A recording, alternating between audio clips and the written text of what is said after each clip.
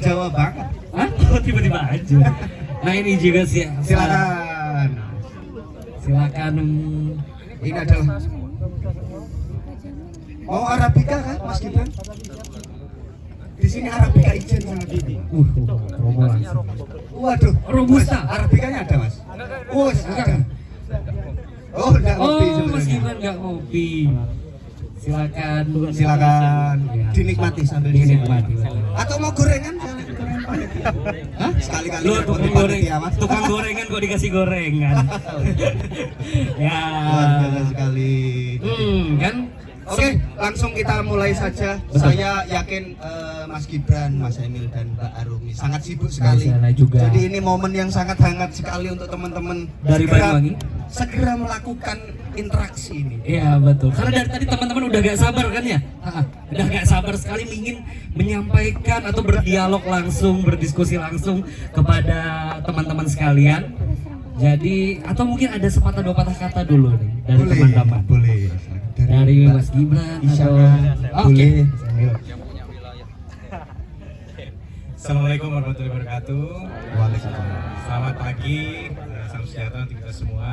Yang kita banggakan calon wakil presiden Mas Gibran Raka Buming Raka. Beliau adalah saat ini juga wali kota Solo yang luar biasa. Juga ada sisi sana, ya ini ketua DPP Partai Solidaritas Indonesia. Ini harus disapa kalau nanti nggak dibukain pintu di rumah, Mbak Arumi.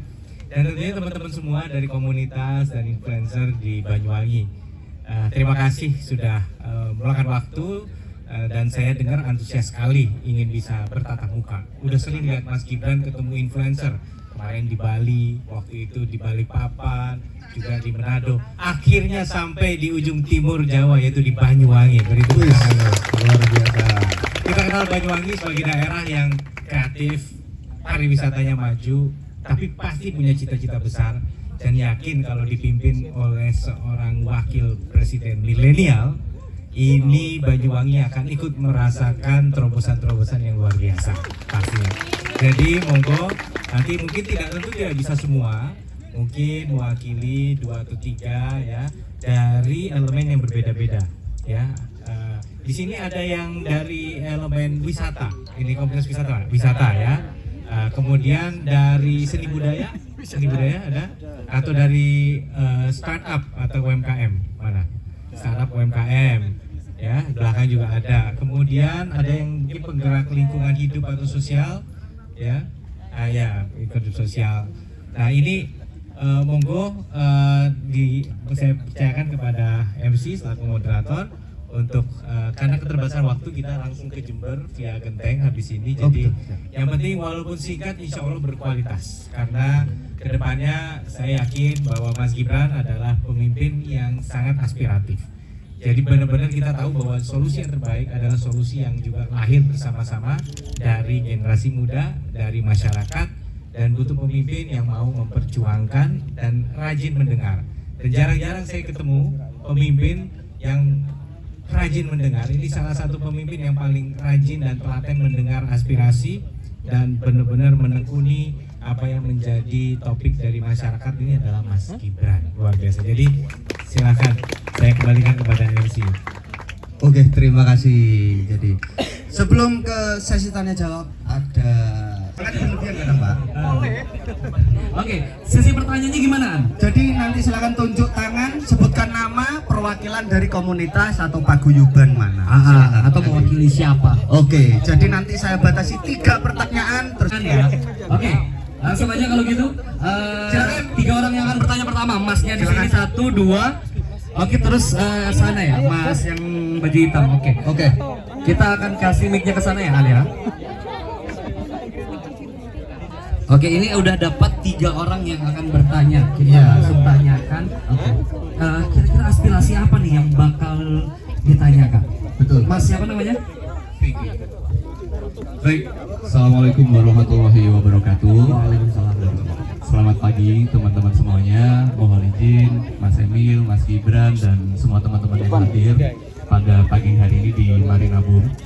Izin Mas Gibran, saya Vicky mewakili teman-teman dari komunitas Banyuwangi Youth Creative Network. Kami merupakan komunitas lintas subsektor ekonomi kreatif yang ada di Banyuwangi. Assalamualaikum warahmatullahi wabarakatuh. Sebenarnya yang kepanasan bisa agak minggir ke sini loh, Mbak Bapak. Sudah biasa terjemur. Sudah biasa dipanas.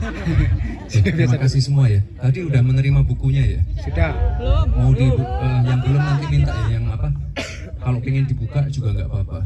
Nanti kalau nanti kalau dibaca di rumah ya. Banyak bangunan-bangunan yang saya bangun selama menjadi wali kota Solo tuh saya mengikuti stylenya Pak Anas. Pak Anas itu salah satu idola saya. Ya sama dulu Solo juga nggak punya apa-apa, tapi kami mengakselerasi pembangunan ekonomi kreatif, melibatkan anak-anak muda, bikin kreatif hub, bikin Solo Teknopark, bikin Lokananta, itu apa? Studio rekaman paling pertama di Indonesia kami revitalisasi, keraton kami revitalisasi. Banyak sekali yang saya pelajari dari Pak Anas. Pak Anas tuh luar biasa banget. Dulu terakhir saya kesini tuh yang baru kelihatan cuma bandaranya. Sekarang udah banyak banget open space untuk anak-anak muda ya. Dan itu perlu dicontoh dan diperbanyak. Nanti dibaca ya. Banyak sekali ya saya yang meniru Pak Anas. Karena memang Pak Anas tuh luar biasa banget. Dan ketika beliau ditugasi untuk membuat ini ya, e-katalog dan lain-lain, itu memang itu top banget. Dan kami wali kota memang didorong untuk ini ya, mengisi merchant ya, merchant yang ada di dalam e-katalog tadi, vendor. Memang ini kan masih baru banget ya, dan belum semua kota itu mendorong UMKM-nya, anak-anak mudanya untuk masuk e-katalog. Masih banyak yang melakukan kebiasaan-kebiasaan lama. Ini tinggal masalah political will dari bupati wali kotanya. Mau nggak melibatkan UMKM, mau nggak melibatkan anak-anak muda yang mungkin baru aja masuk ke e-katalog. Itu masalah political will. Dan kalau memang nggak didorong seperti itu, nggak didoktrin seperti itu, ya dinas-dinas pasti akan melakukan kebiasaan-kebiasaan lama. Tapi kita arahnya ke sana ya Mas ya.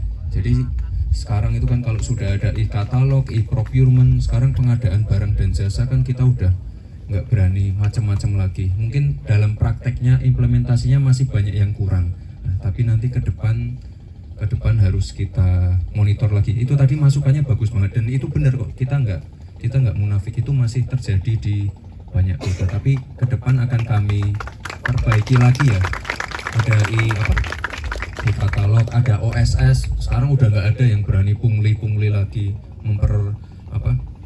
izin-izin dilama-lamain, dipersulit, itu udah nggak ada lagi. Dan saya kira itu kita arahnya sudah sangat baik sekali. Tapi mungkin ya anak-anak muda yang ada di sini perlu ikut memonitor untuk implementasinya, karena sekali lagi untuk di birokrasi mengubah kebiasaan lama itu tidak mudah. Dan kalau kita pengen punya pemikiran-pemikiran yang fresh, pemikiran-pemikiran yang inovatif, kreatif, memang harus banyak melibatkan anak-anak muda. Lalu untuk masalah pajak ya pajak ini ribet sih. Tapi nanti bulan April itu Bu Sri Mulyani mengeluarkan aplikasi baru. Ini aplikasinya sudah ya sekelas OSS, e-katalog dan lain-lain. Lebih proper dan nanti teman-teman yang mungkin tiap tahun bikin SPT atau tidak perlu menghitung, tidak perlu menginput data yang banyak. Nanti tinggal klik mengkonfirmasi, tinggal mengoreksi, dah. Nanti simple banget ininya, simple banget aplikasinya. Dan yang namanya aplikasi pasti nanti awal-awal pasti banyak kekurangan, banyak bugnya, karena ini masih proses testing and enrichment ya. Nanti mohon masukannya lagi. Tapi yang jelas kita arahnya udah ke sana semua kok. Arahnya udah ke digitalisasi semua. Jadi yang namanya pungli, yang namanya orang-orang yang mempersulit izin atau kong-kalingkong itu nanti ke depan pasti akan dieliminasi semua. Dan ya ini pasti melibatkan banyak anak-anak muda.